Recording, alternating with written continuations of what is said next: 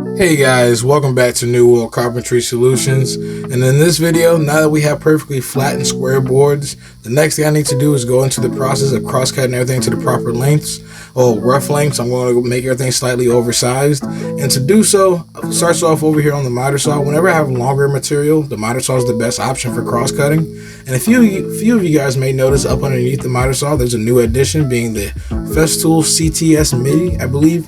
That is now the dedicated dust extraction for the miter saw and for the new sander that I picked up. You guys will be seeing that shortly.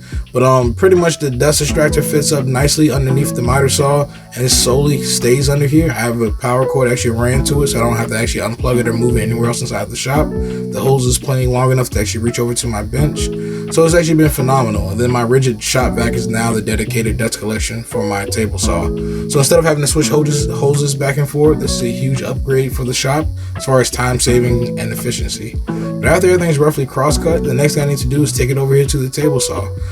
This is actually going to be a set of double doors, so approximately 32 inches is what I'm aiming for the actual door slabs, because it's going to be retrofitting a 36-inch door opening that has two side lights. So after I remove everything, we opted for a double door just to give the opening a more grand entrance versus the side lights and going with a 36-inch door. So I opted for my stiles to actually be 4 inches. Those are the long portions of the door.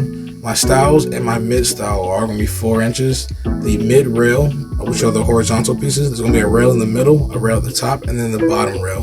The bottom rail is always your toe kick, so it's typically, anywhere from 8 to 12 inches, depending on how large you want to make it for your door.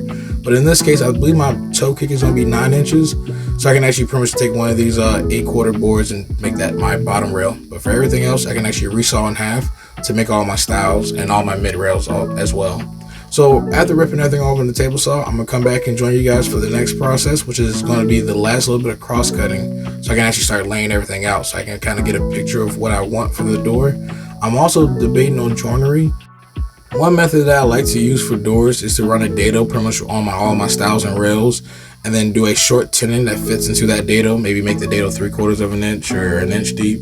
And that tenon just helps me with the assembly.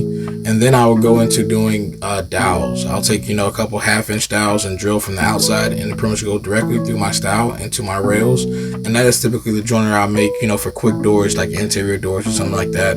But this being an exterior door, and also I don't want to have any exposed dowels in this door, so I opted for full tenons, and my shop has actually recently gotten a few upgrades that will make that a lot easier. You guys will see that again later on throughout this process.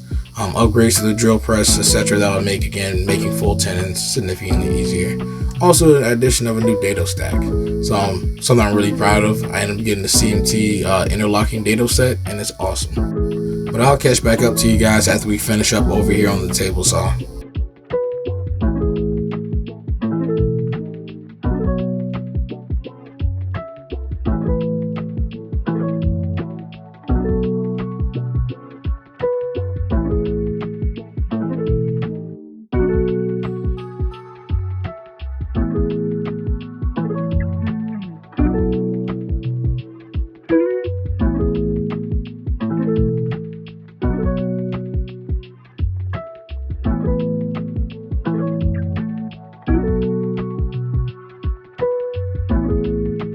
And voila, we have the makings of a door. The next step is to run all of our dados and cut our tenons, and also drill out all of our mortises. If you guys have enjoyed this process, please leave me a like, comment, and subscribe, and I'll see you guys in the next one. Peace.